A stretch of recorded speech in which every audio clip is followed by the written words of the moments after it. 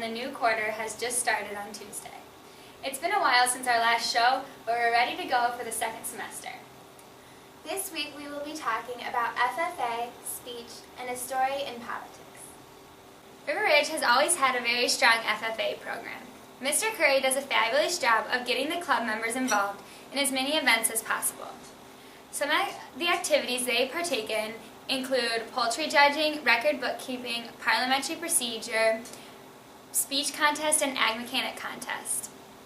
At these competitions, they compete against local high schools in order to move on to higher levels, such as district and state. There are about 15 members this year, with Morgan Smith as president, Kelly Keister as vice president, Cody as reporter, Corey Wachter as treasurer, and Ryan McLean as secretary.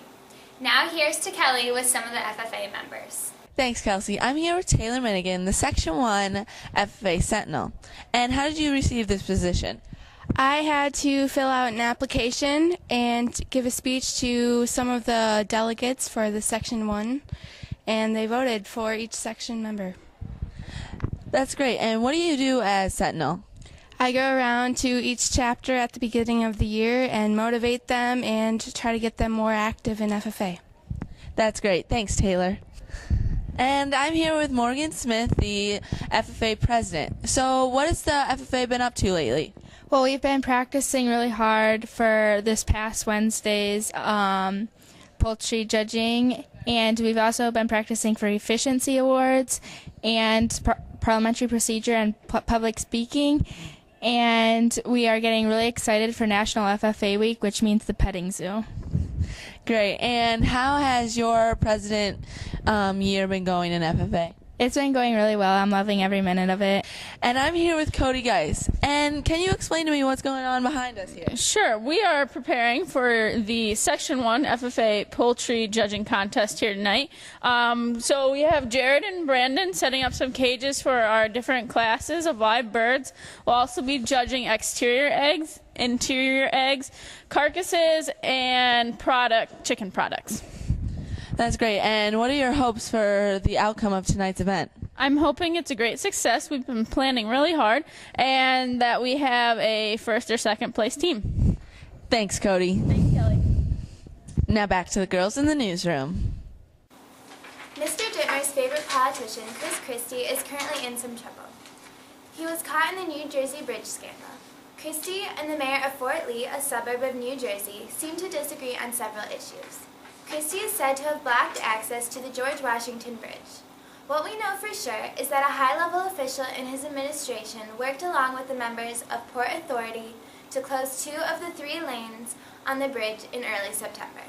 Immediately, Democrats in the state assumed this was a political retaliation. The U.S. Attorney is expected to look into the matter.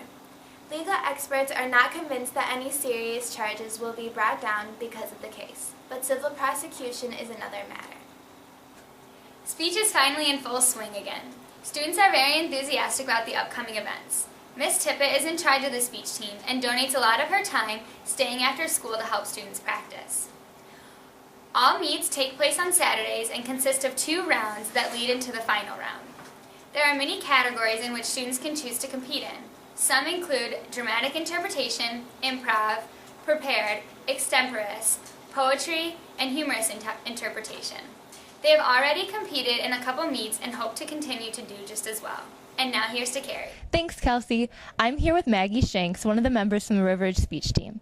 So what are your favorite categories to do in speech?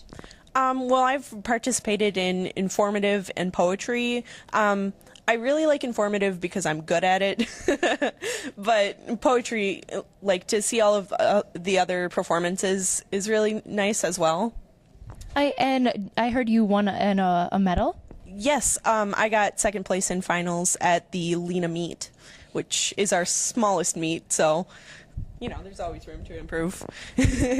Well, congratulations. So what is speech's goal for the end of the year? Well, we do have regionals and sectionals in state, like most other competitive things that you might do at school. But really, speech is more about growing as a person. Like, I remember when I was a freshman, I was like this scared little mouse, and I've really become much more confident in speaking in public. Oh, good. Thanks, Maggie. Now I'm here with Lindsay Turner, another member from the speech team. So what's your favorite thing about speech? Well, I think it's really fun to all get together, and it's fun to see other people like performing in the room with you, and it's fun to get graded on it and see how you're doing. All right, and what would you say to students maybe considering to do it next year? You have to get up early. Like, I got up at like 5 o'clock, and I was really tired, and I slept most of the time. And I don't know, I would just say, like, practice if you want to. All right, thank you. Now back to the girls in the newsroom. And now, here's to sports. Thanks, guys. Because it's been so long since we've had an episode, we have a lot to report on this week. The girls' basketball team played Eastland on January 4th and fell short by only 2 points after stretching the game into overtime with a final score of 59-61. The girls also played on January 8th at home against the Warren Warriors for their senior night. Seniors Morgan Smith, Lauren Haas, and Katie Schnitzler, along with manager Cody Geis, led the Cats to a 61-43 victory over the Warriors. Tuesday night, both the boys and girls basketball team headed over to Galena to take on the Pirates. It was reported that the Lady Cats overcame a 26% shooting effort, and Morgan Wheelwright found Nicole Tees for an open shot with 5 seconds left in the game to claim the win. The Lady Cats defeated the Pirates with a score of 44-43. Due to the recent weather, the game originally scheduled for January 7th at Benton-Shullsburg will now be played at February 1st at 1 o'clock.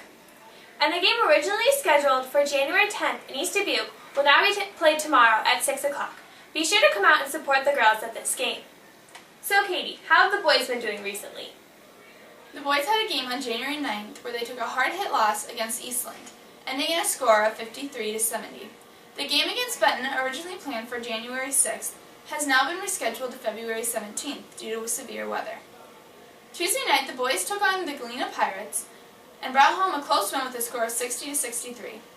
Tonight, the boys will be playing the Warren Warriors at Warren. Make sure you come out and cheer them on. Thanks, Katie. Be sure to keep watching for more episodes for the reports on both the girls and boys basketball teams this year. Back to you guys. Thanks, girls. And now here's to this week's weather. Thanks, guys. Today's high is 13 with a low of 5. There's a 20% chance of snow. On Saturday, there's a high of 22 and a low of 10. Another 20% chance of snow. On Sunday, it's a high of 34 and a low of 21. And Monday is a high of 30 and a low of 13. Every day this weekend is going to be partly cloudy. Back to you guys. Thanks, Lauren. And now to current events. Hi, I'm current events.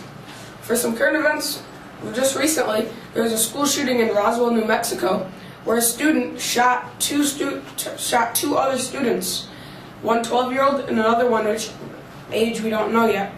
The police are still investigating this, but think that there's a possibility that this student warned other students before shooting, but this is unknown. Also, Governor Chris Christie, a possible 2016 presidential candidate, is being looked into by the federal government for not using the funds from the federal government for Superstorm Sandy correctly. They question if he really did use them for that or if he used some of them for other purposes. This is what we know this week. Thanks, guys. And now here's to Mr. Vandigo with our joke of the week. Hey, James. Yo. What does Miley Cyrus eat for Thanksgiving? I don't know. Twerky. Oh. What do you think of that joke? I kind of liked it. You liked it? No, I just wanted to see what you'd say if I said I did. Thanks for watching. We are glad to be back filming. And as always, we'll try to do better next week. Well, you only need the light when it's burning low. Only miss the sun when it starts to snow. Only know you love her when you let her go. Only know you've been high when you're feeling low. Only hate the road when you're missing home. Only know you love her when you let her go. And you let her go.